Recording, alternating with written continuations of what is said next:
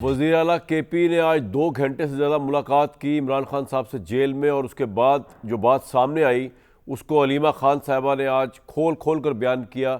और अपने तरफ से तो उन्होंने बताया कि 24 नवंबर की कॉल जो है उसका एक वे आउट दिया जा रहा है कि शायद वह एहतजाज ना हो, लेकिन जो चीज़ें उन्होंने बताई हैं वो सुन के लगता है कि ना ही करने वाली बात थी इमरान साहब की तरफ से। ज़रा सुन लें अलीमा साहबा ने क्या।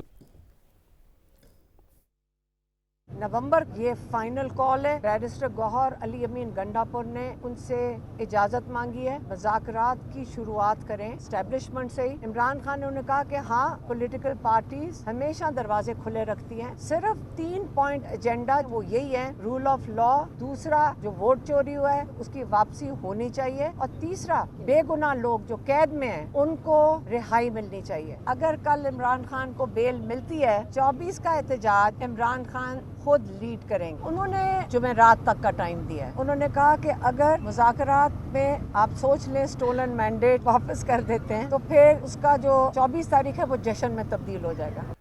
ये तीनों शराइत जो इमरान खान साहब ने रखी हैं, जिस सूरत में वो एहतजाज वापस लेंगे और जश्न का समा होगा 24 तारीख को, वो तीनों जो है मेरे पॉइंट ऑफ व्यू से इस वक्त की जो मौजूदा हुकूमत है और जो पावर सेक्टर्स हैं वो मानने को तैयार नहीं होंगे, जिसमें वो कह रहे हैं कि जी चोरी शुदा मैंडेट बकौल तहरीक इंसाफ उसको वापस किया जाए, बेगुनाह लोगों की रिहाई की जाए, और रूल ऑफ लॉ से बुरा 26वीं आईनी तरमीम को वापस लिया जाए। ये तीनों शराइत तो शायद इम्पॉसिबिलिटीज़ में से हैं।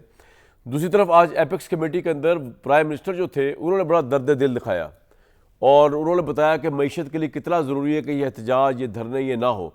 तो हुकूमत को रियलाइजेशन तो है। ज़रा पहले सुन लें क्या कहा, किस दर्द से।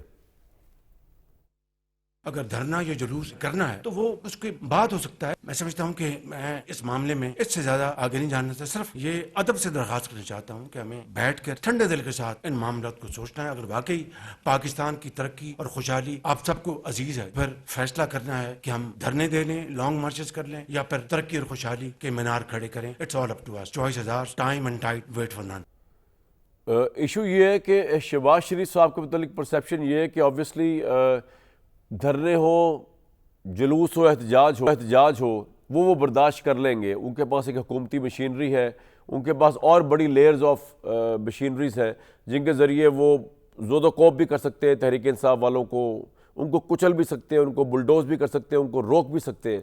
लेकिन जो ऑप्शन शायद शहबाज शरीफ साहब के पास नहीं है कि कोई ऐसा अरेंजमेंट जिसके अंदर इवन कोई मिड टर्म इलेक्शन हो जाए, कोई ऐसा अरेंजमेंट जिसके अंदर शायद इमरान खान बाहर आ जाए और उनकी हुकूमत के लिए चैलेंज बन जाए। मतलब पाकिस्तान के तमाम इदारे भी अगर ये सोचने में आमादा हो जाएं कि इस तरह कोई दरमियानी राह निकाली जाए या मुल्क की खातिर कुछ ऐसा कुछ किया जाए, अगर वो सोचने में आमादा हो जाए तो शहबाज शरीफ साहब को सूट नहीं करेगा। क्योंकि the time any agreement takes place between Imran Khan और इस्टेब्लिशमेंट या इस तरह की कोई बात होती है तो शहबाज शरीफ साहब की वजारत उज़्मा जो है वो टोटल ख़तरे में आ जाएगी। इस सारे मामले में पाकिस्तान की इकॉनमी, पाकिस्तान का सलामती, उसको इस वक्त एक हिजानी कैफियत से गुजरना पड़ रहा है, क्योंकि पाकिस्तान की एक बड़ी अहम जमात जो है तहरीक इंसाफ, वो आमादा है एहतजाज करने पे, वो आमादा है प्रोटेस्ट करने पे, वो चैन से बैठने को तैयार नहीं है। 24 नवंबर की कॉल अगर फ्लॉप भी हो जाती है तो उसके बाद दिसंबर में कोई कॉल आ सकती है, फिर जनवरी में कोई कॉल आ सकती है। तो ये जो सिस्टम पूरा है उसके अंदर एक बड़ी पार्टी का बाहर रहना या वो सफोकेट उसका होना या उसको उसके राइट्स का ना मिलना, उसके लीडरशिप का जेल में होना, बकौल उनके नाहक होना, इसके साथ क्या पाकिस्तान चल पाएगा? क्या इसके साथ पाकिस्तान की इकॉनमी फ्लरिश कर पाएगी? ये आई थिंक बड़े बड़े सवाल आते हैं पाकिस्तान को लेकर। ये 24 का मार्च जो है मेरे नज़दीक तो शायद ना उस तरह कामयाब हो सके, क्योंकि अब आप पंजाब की मिसाल ले लें। पंजाब में जो उनकी मेन लीडरशिप है या तो वो गिरफ्तार है या वो अंडरग्राउंड है और उनके बाहर आने का चांस कोई नहीं है। पंजाब में बसों और वैगरों वालों ने जो है वो भी इनकार कर दिया पाकिस्तान तहरीक इंसाफ को प्रोटेस्ट के लिए, बसें देने के लिए। तो किस तरह लोग निकलेंगे, पहुंचेंगे और पहुंच पाएंगे, और उसके बाद फिर बहुत स्ट्रॉन्ग हैंडेडली डील करना है। हुकूमत ने कह दिया, बड़े वजारत दाखिला ने कह दिया कि बड़ा हम स्ट्रॉन्ग हैंडली डील करेंगे। और अब तो आपको पता है कि बगैर परमिशन के जलसों वगैरह में 3 साल 10 साल इनकी सजाएँ भी हैं।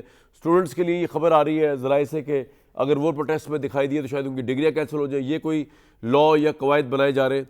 इस सारे माहौल के अंदर फिर भी पाकिस्तान, उसकी इकॉनमी, उसकी सलामती जो है वो क्या इस तरह चल पाएंगे कि शहबाज शरीफ जो है वो ऊपर बैठ के हुकूमत कर रहे हैं, नीचे जो है पाकिस्तान की एक बड़ी अहम पार्टी जो है वो रजिस्ट कर रही है?